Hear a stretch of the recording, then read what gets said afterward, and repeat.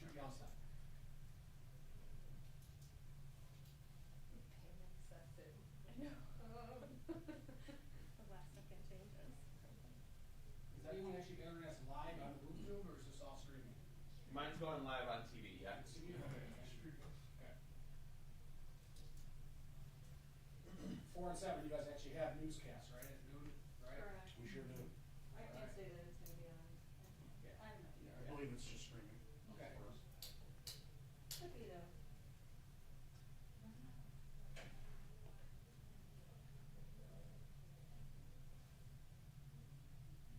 So in addition to Mark and Dr. Gail will be Marie Cannon.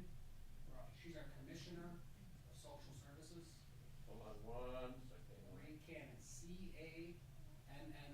I believe she will be speaking with her portion about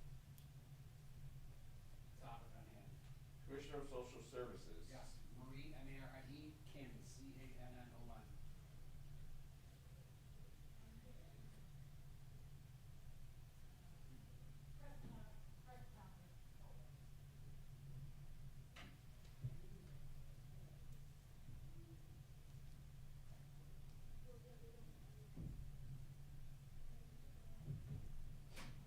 Also up there will be Greg Butcher from Erie County Emergency Services. He's the Deputy Commissioner of Erie County Emergency Services and Homeland Security. Homeland Okay, Security. hold on. Deputy Commissioner of what? Don't kill me if I don't get it right. So it's Greg Butcher, Uh, the Deputy Commissioner of the Erie County Homeland Security and Emergency Services Department. And if you screw up his title, he will butcher somebody. Greg Butcher. Yeah, Butcher, traditional That spelling. was good, that was good. Butcher.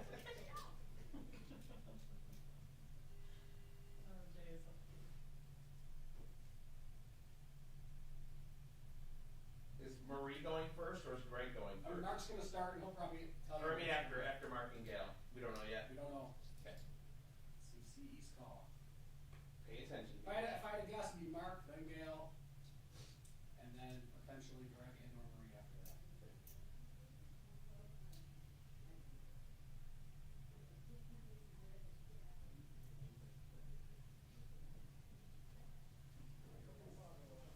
Thank you. Hey, Master, here, we're gonna get started here.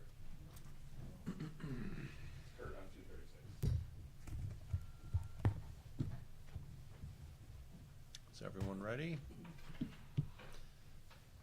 Good afternoon. Thank you.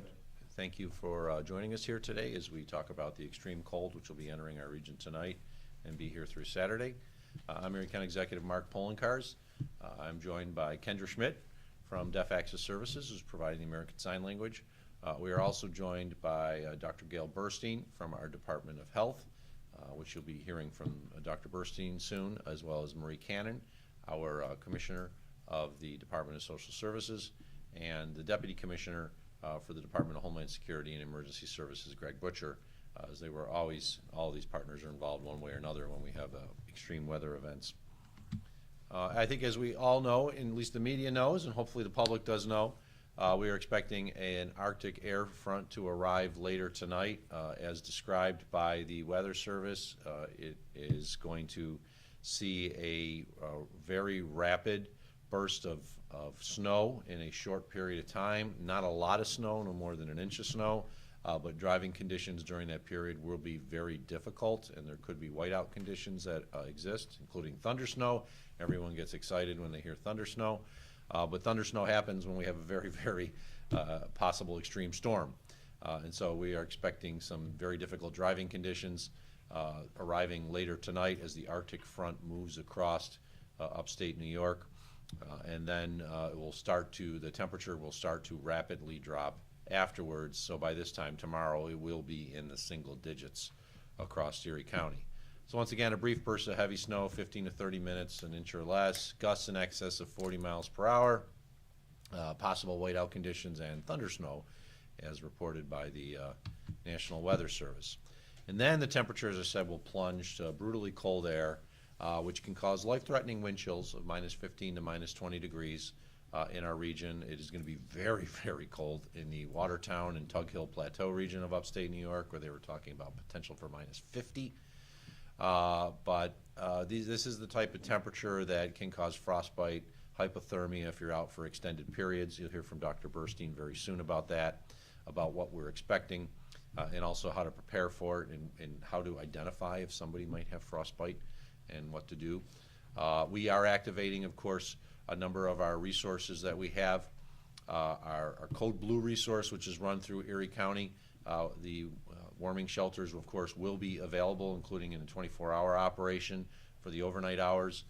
We're very worried about the homeless population. It was a population we were worried about in the blizzard last time, and we do know, unfortunately, a number of the individuals who died outside were homeless. So we are active. The homeless, I should say this, the Code Blue shelters were activated and worked throughout the whole time during the blizzard last time. They never lost power.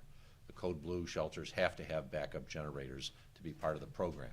We'll hear a little bit more about that soon from Marie Cannon and the locations that will be active, because we do not want individuals out for an extended period during these exceptionally cold temperatures. And then, of course, Saturday is going to be a little bit better with a warm-up throughout the day, and then Sunday we'll be back to kind of traditional weather where we actually might be in the mid-30s, and we'll certainly be past the extreme cold. If you're traveling, you should have your car stocked with materials. Hopefully people have learned that after the blizzard, that you don't want to be stuck on the road or have a problem, especially in extreme cold. So make sure you have jumper cables, kitty litter for your car if you happen to get stuck, so you can use it for traction, signal for help or caution, including flares. Keep you and your passengers warm with blankets, extra gloves. I keep blankets, scarves, extra gloves, hats in my vehicle just in case something bad happens. And make sure you have stuff in case you got stuck for a period that can keep you in touch with everyone, like an extra cell phone charger and snacks, so that you have some food or water as well if you happen to get stuck along the road in these more adverse conditions. We follow the National Weather Service, of course. We get direct reports from the National Weather Service even before the public sees them. But they also then publish that on Twitter and Facebook, so we recommend that you follow the National Weather Service out of Buffalo office. We also have our Ready Erie app. It's been in effect for a number of years. It worked throughout the blizzard and on prior storms. It's available on Android and iPhone, and you can get notifications pushed directly to your phone on information such as if there are road closures, where warming shelters or other places might be through the Ready Erie app. So all you got to do is go to erie.gov/Ready Erie, and you can download it to your phone today. I'm going to turn it over to Dr. Burstein to talk a little bit about how people should dress appropriately for cold and wind, especially children. We know that the City of Buffalo schools have already announced they will be closed in person. They will be doing remote learning tomorrow. I talked to Mike Cornell, the head of the Superintendent's Association for Erie County. He indicated he thought most other school districts would be open tomorrow. But that doesn't mean that you should send your kid, if you're going to the bus stop, dressed inappropriately. They got to be dressed appropriately. So I'll turn it over to Dr. B at this point.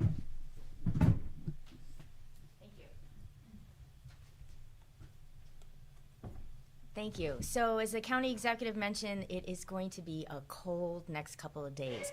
So cold can cause a lot of damage to our skin, our tissues, in our bodies. And this is all preventable, making sure that we stay inside in a warm place. And if we have to go out, if we make sure that we dress appropriately, covered vulnerable areas, and make sure that we stay warm. So if you can, stay indoors. But people are going to have to go out and run errands probably. Kids are want to go outside. So make sure you be smart about dressing outside. So tips to keep warm we have up here. So what you want to do is make sure that you have all vulnerable areas of your skin covered. You lose a lot of heat from your head, so make sure that you're wearing a hat, that it's covering your ears. Make sure you have a good scarf, that it's covering your neck and your chin and your mouth. Making sure that you're dressing in layers, so not just one big bulky piece of parka, but layers, a turtleneck, a sweater, a parka on top of it, making sure that you have good gloves, your hands don't get cold, making sure that you have warm boots so you don't slip and and fall, and make sure that your outside layers are waterproof or water resistant. And then when you do come in and you do start to get a little cold, make sure you take breaks, come in, get warm, and rest. And if you do get wet, that gets cold really fast, so make sure you get inside to a dry place. So the adverse consequences that we can see from extreme cold are frostbite and hypothermia, which is a medical emergency. So frostbite is tissue damage to the skin because of the severe cold. So signs and symptoms of frostbite is, initially people can develop some pain, redness at the site, and then if it gets very, very cold and start to get tissue damage, then the skin can turn white or grayish. It can become kind of firm or rubbery or waxy, and then the person develops numbness. Hypothermia, again, is a medical emergency. You cannot survive if your core body temperature is below 95 degrees for an extended period of time. So people really have to pay attention to shivering, because shivering is the first sign of developing hypothermia. So if you start to shiver or start to see your kids shiver, or educate your kids, shivering, danger, go inside.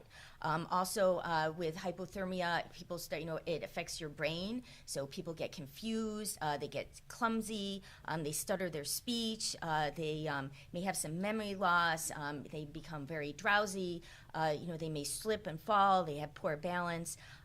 So that is a sign that this is danger. So this needs to be attended to ASAP. It is an emergency. So what you want to do in those instances is bring the people inside right away into a warm and dry place. You want to make sure you remove any wet clothing, because that's sinking up the heat from their skin and their body. So making sure that they're covered in warm blankets. You want to call 911, make sure that they can get medical attention ASAP. And while you're waiting, make sure that they're covered in warm blankets.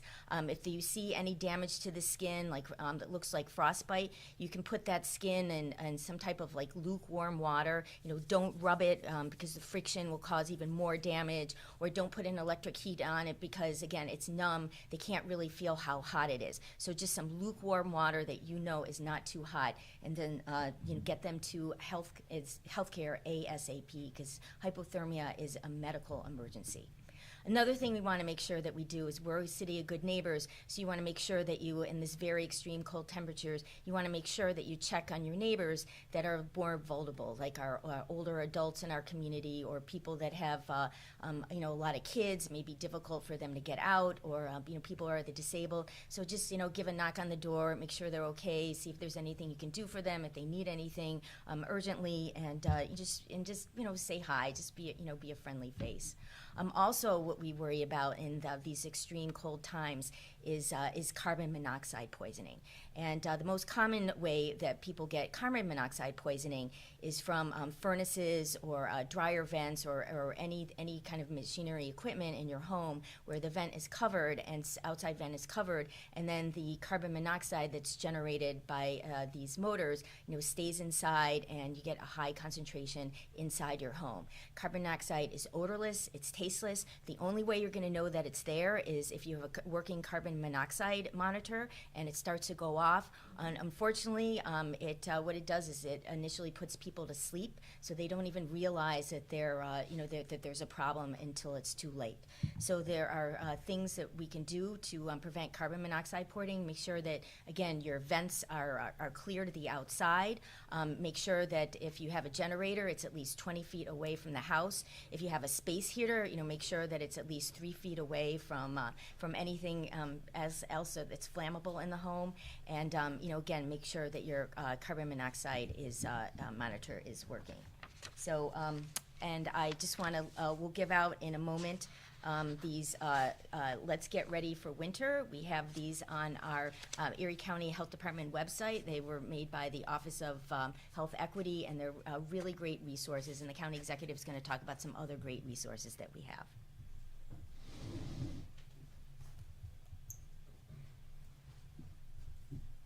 Thank you, Dr. Burstein. As you may see on the screen, one of the issues that we know, especially if heat is lost in a house, is that pipes can burst.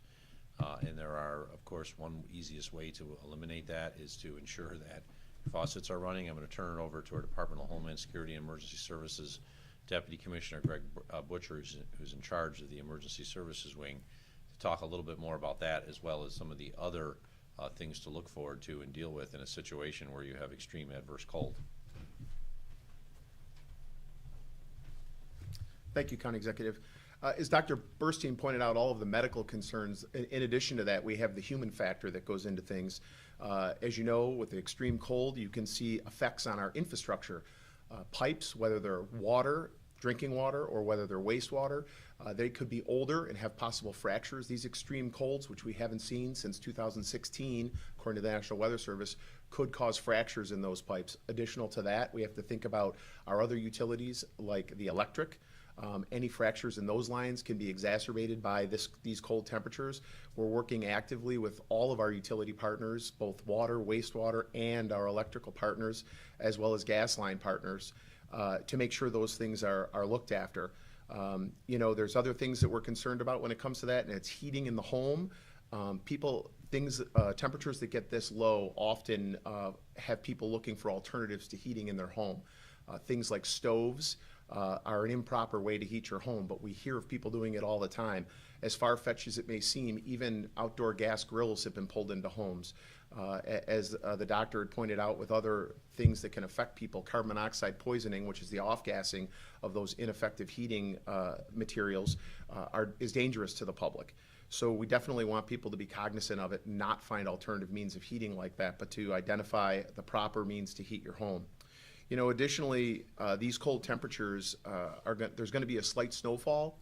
We just also want to remind everyone that as that slight snowfall is on the road, these extreme temperatures also affect the aggregates that are put down on the roadways, which could still make for treacherous travel. Things like salt, sand, and the like often don't work as effectively in these extreme cold temperatures. So we want the public to be cognizant of that as well. Thanks. County Executive?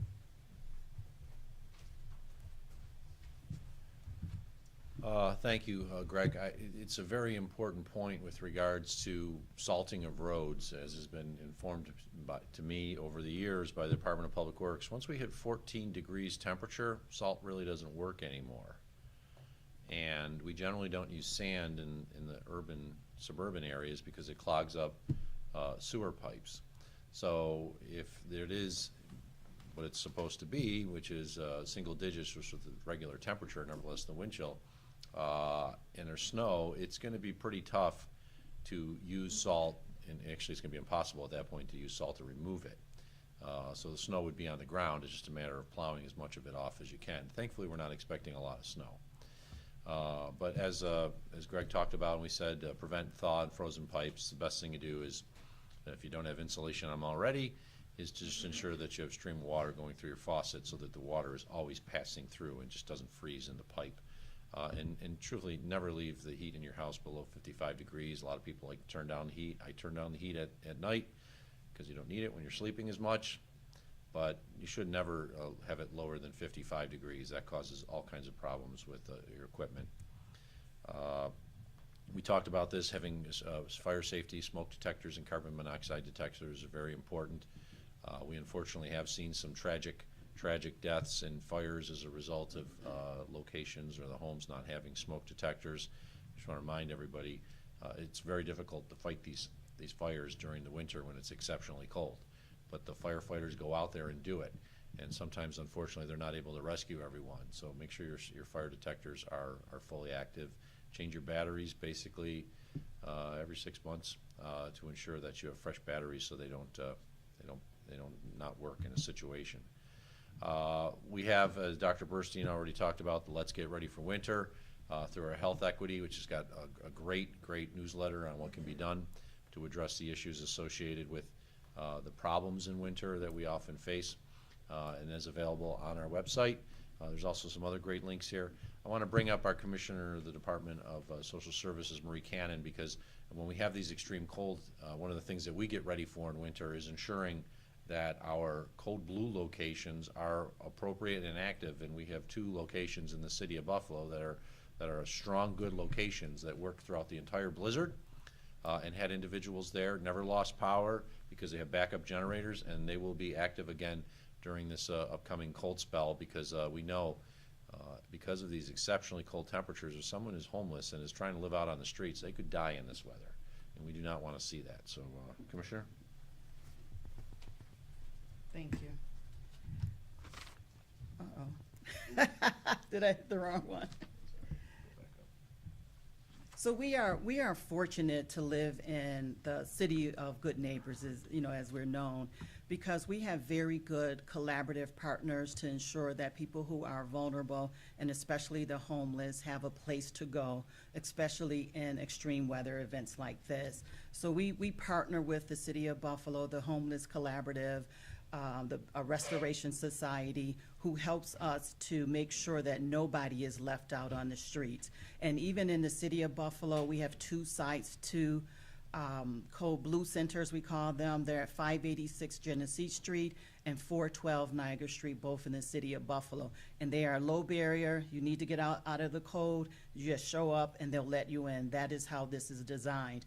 And then we also want to make sure not only our neighbors in the City of Buffalo have opportunity to get out of the cold, but neighbors outside of the City of Buffalo. And so we work with the Rural Outreach Center, and what they do is that they have a place where folks can go as well, but because of the access and transportation in the rural parts of the county, they actually have an outreach van that starts at 7 p.m. that will go out and pick anybody up. They would just have to call, and here's the number. It is 716-240-2220, extension 106. So starting at 7 p.m., the van will go out and pick up anybody that is in need of a ride to get to a shelter. It might be out in that area, or they will actually bring them into the city to one of the shelters. So again, those warming centers are located at 586 Genesee Street, 412 Niagara Street in the City of Buffalo. And also, if you need additional information, there is updates that are given. You can actually text Cold Blue Buffalo to 898-211. It's Cold Blue Buffalo to 898-211. And then if you're outside and you're in like the southern tier of the county, you actually text Cold Blue Southern Erie to 898-211. Again, it is Cold Blue Southern Erie 898-211.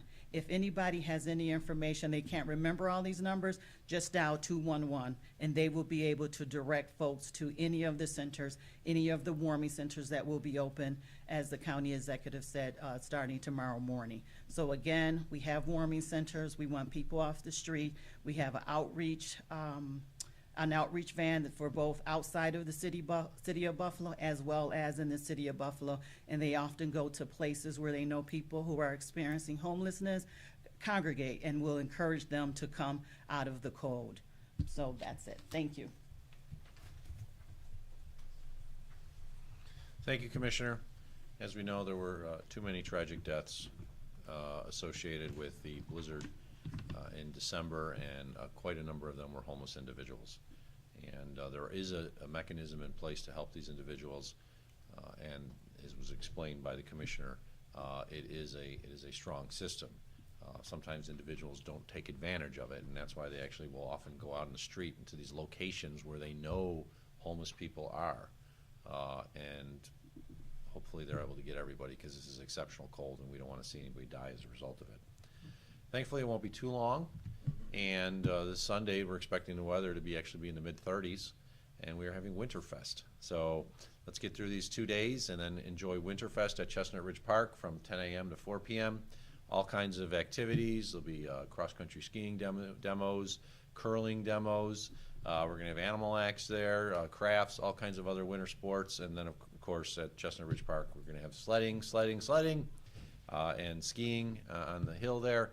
We're not certain if we have enough snow for tobogganing. We generally need a certain layer of snow to ensure the toboggan chutes run, but we know we will definitely have snow for sledding and skiing and all the other activities that go on. So once we get through these couple days, then make sure you get out to Chestnut Ridge Park for Winterfest on Saturday, and hope to see you there.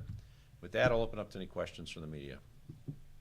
Is the county issuing any weather emergency? You know, obviously not with a whole lot of snow anticipated, but in the past, of course, there are so many weather alerts that the county puts out, other agencies put out, but in this particular situation with the Arctic blast, would there be any overall weather emergency to go out? The question is, will the county be issuing a weather emergency? We can either have a state of emergency or we don't.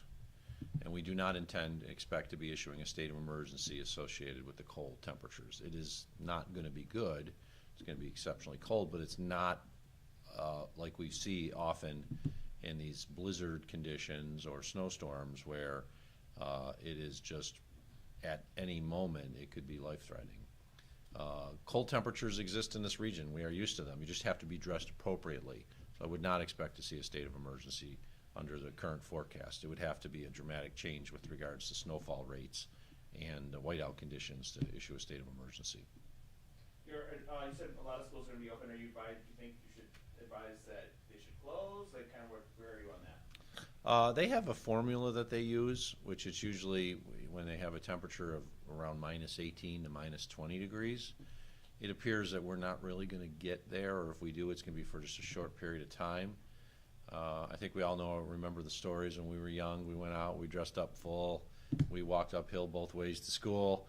A little different, but we want to ensure that children are safe. And children can be safe for short periods of time in this type of conditions as long as they're dressed appropriately. This is not the day you want to see your kid go outside tomorrow if school's going, walking to school or going to the bus stop wearing jeans and a hoodie. I mean, this is where they have to be appropriately dressed. They may not like it, but that's how, if they're appropriately dressed, so you can keep warm in these situations. And so at this point, as I said, I talked to Mike Cornell from the School District Association. He felt that other than the city of Buffalo, he didn't see other schools doing it. Now, if the weather forecast change and it's going to be significantly colder or additional snowfall and rates, then of course they might change their mind. We've gone through this before. We just haven't gone through it in a few years. I think it's almost at this point 7 years, probably 2016. You said. So it's been a while, and not everybody may be accustomed to the extreme cold. We've had these days before where it's single digits, and we've had wind chills in the -10, -15. It's been a while. So we thought it was important to hold this press conference, remind everybody what they should do in these circumstances when you have these bitter cold temperatures. But we're Buffalo, we're hardy, we can get through this if you're dressed appropriately, and you don't go out for extended circumstances. If you send your kids out there to play for 3 hours in a row, that's bad. That is bad in these type of circumstances. Do you have a time on when this half-inch to inch of snow in 10 minutes is going to come down, or 15? I believe we've been told pretty well. It's actually going to come in the later evening hours. It could be 6 to 8 p.m. We're expecting, so once we get through kind of drive time home tonight, we do expect it's not going to be a lot of snow. County Department of Public Works are all ready. They've been sanding roads, and they'll be out with the plows. That's not a problem. 1 inch of snow an hour isn't really a problem. It's just a matter of we want people to understand that they're going to have a period where it just comes real quickly, and the conditions won't be great. And while we don't expect there to be enough snow for vehicles to get stuck, if you have whiteout conditions, people could get in accidents, and you better be prepared for what could come. So often during these really cold weather events, we do see frozen water pipes, and for water main breaks, be happening at numerous locations, and I just wonder what's going to be happening with that in terms of preparations, bringing in additional crews, having more people on standby, working with other agencies. What's happening with that? The Water Authority is prepared. We've been in touch with them. They can have, in these circumstances, water main breaks. It's happened before, and I give credit to all the workers who are then going out there trying to repair a water main, a main line that's like a 24, or even the largest one. I remember that when it was a 48-inch line, in these usually terrible weather circumstances. When you have a system that's a little older, it can happen, and that's why it's important that people in their homes take appropriate action to ensure if they lose power, that their pipes will not freeze, and the Water Authority stands by. It is not a part of county government. I think it's important to say. It's called the Erie County Water Authority, and then there's the Buffalo Water Authority, but neither of them are part of county government. We have a relationship, a partnership with them, but they are a separate organization. And we have been in touch with them, and they will have crews ready if need, and hopefully they won't have to send anybody out because they don't have any major water lines burst. There are no warming shelters outside the city of Buffalo? The Rural Outreach Center does have a location, yes. But it's a pickup. You call that number and they come and take you to it. So in the Code Blue, which is actually run by the county dollars and state dollars that do the Code Blue, you have the 2 locations in the city of Buffalo, and you have the 1 in the southern part of the county through the Rural Outreach Center. But because of the large size difference with the rest of the county, they don't expect people to walk in or drive in. It's actually a call and they will pick you up. And just because it was mentioned, Yeah, I'll go to the next. the concern with people who are homeless and them being outside, do you recall how many homeless people died during the blizzard? I don't have the exact number. I think there were 17 people that died outside, and the majority of them were homeless. We're actually going to be doing a review of every death associated with it now that we've pretty much finalized all the deaths. It's going to take some time to determine not only the exact cause of death, but what was the circumstance that led to that person's death, so that we can learn from it to find out if there's something else that we could do in the future that would help prevent future similar type deaths.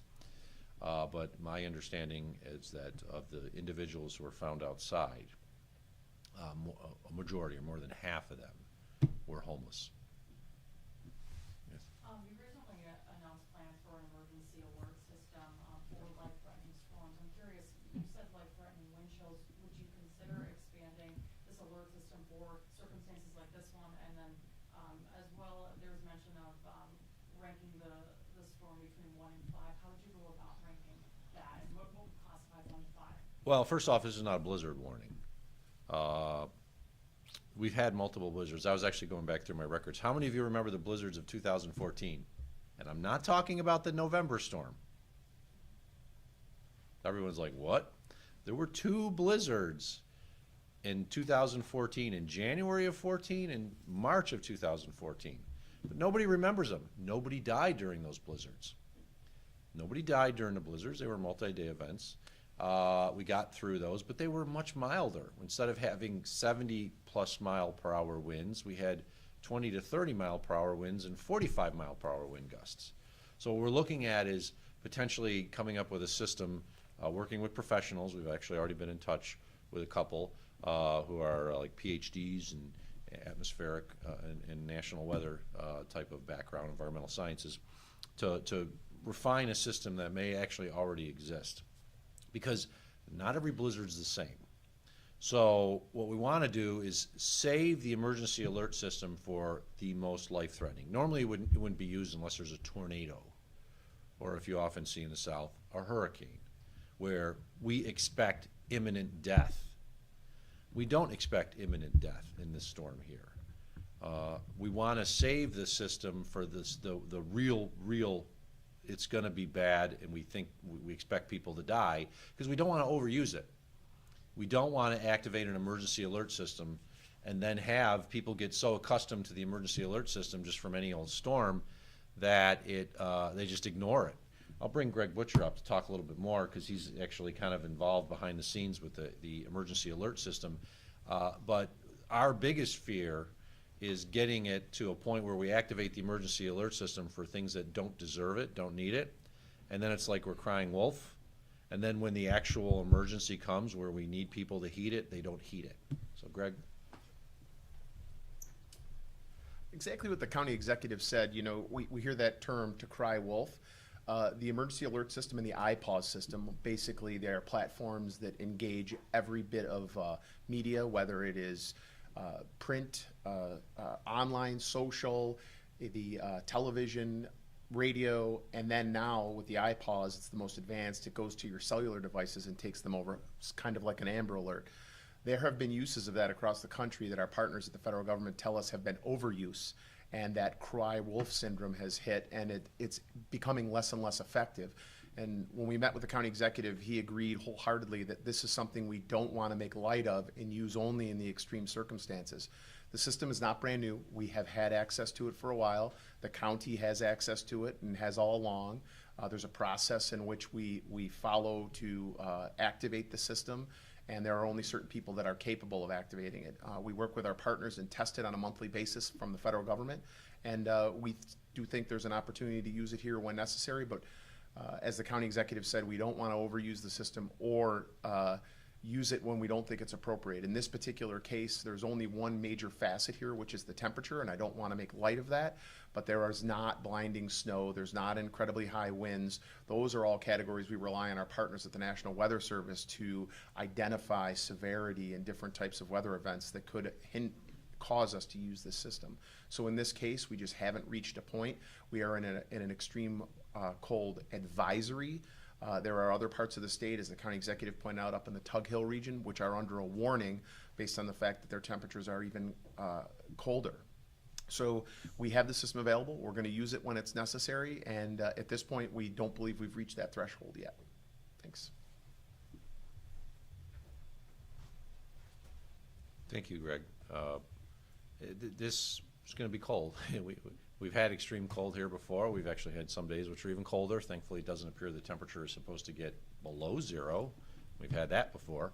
But it's going to be extreme cold, and we haven't had it for some time, and we want the people to just understand that there are certain precautions that you can take to ensure that you and your family are safe. If you're going out in these temperatures in a vehicle, you should have certain things in your car to ensure that in case something does happen, you get in an accident, car runs out of gas, whatever it is, that you are prepared to be sitting inside your car for a little bit and you'll be safe because you have appropriate clothing and other things necessary. So just want everyone to be safe and secure. And then finally, as I said, Sunday's going to be a great day. Hope to see everyone at Winterfest. It's going to be a wonderful day. We're going to have lots of snow on the ground. We know that. It's already there at Chestnut Ridge. We're expecting another little bit, as we talked about tonight, at least an inch. And after the cold temperatures of tomorrow and Saturday, I think people will be looking forward to getting out and enjoying the winter at Winterfest. So hope to see everyone there. Take care. Are you doing any off-topic questions? No.